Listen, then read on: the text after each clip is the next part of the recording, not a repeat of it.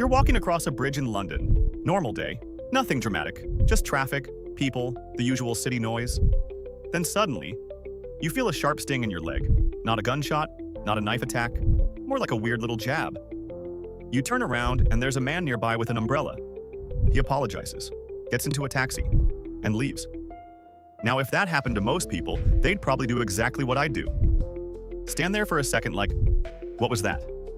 Then go home and try to forget it.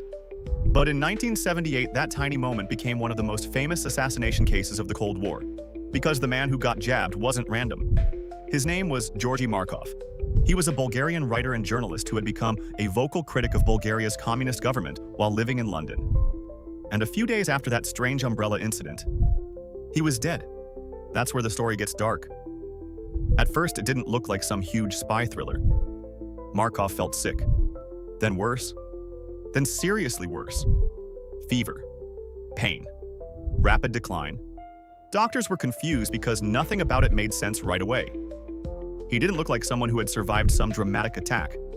There was just that strange memory, the sting in his leg. And after he died, investigators found something incredibly small, a tiny metal pellet embedded in his leg. Tiny. Like the kind of thing you could easily miss if you weren't looking for it. And that pellet reportedly had been engineered in a very specific way, with tiny holes designed to carry poison. The substance most commonly linked to the case was ricin.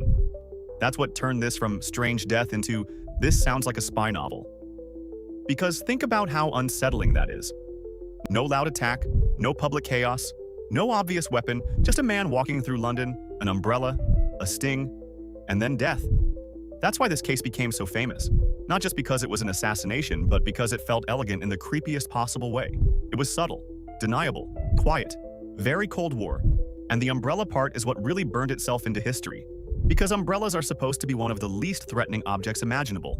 They're boring, harmless, the kind of thing you never look at twice, which is exactly what makes this story so powerful. It takes something ordinary and turns it into something sinister. Now, over the years, the poison umbrella idea became almost legendary.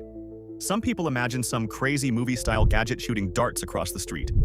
The reality is more grounded than that. What's documented is that Markov reported being jabbed by a man with an umbrella, and a tiny pellet was later found in his leg after his death. That's the part that made the case iconic.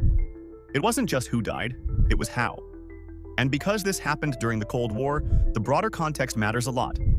This was a time when intelligence operations weren't just about tanks, missiles, and giant political speeches.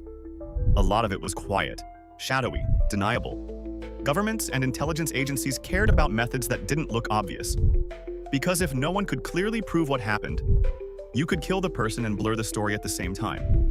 That's what makes Cold War history so weird. When people think of that era, they imagine giant nuclear standoffs and dramatic leaders threatening each other. But under all that, there was another world, a quieter one. One built on surveillance, sabotage, code names, secret defections, covert killings. A world where the scariest weapon in the story might be something you'd carry on a rainy day. And honestly, that's what I think makes the Markov case stick with people even now. It doesn't feel like history in the distant, dusty way. It feels personal, small, close.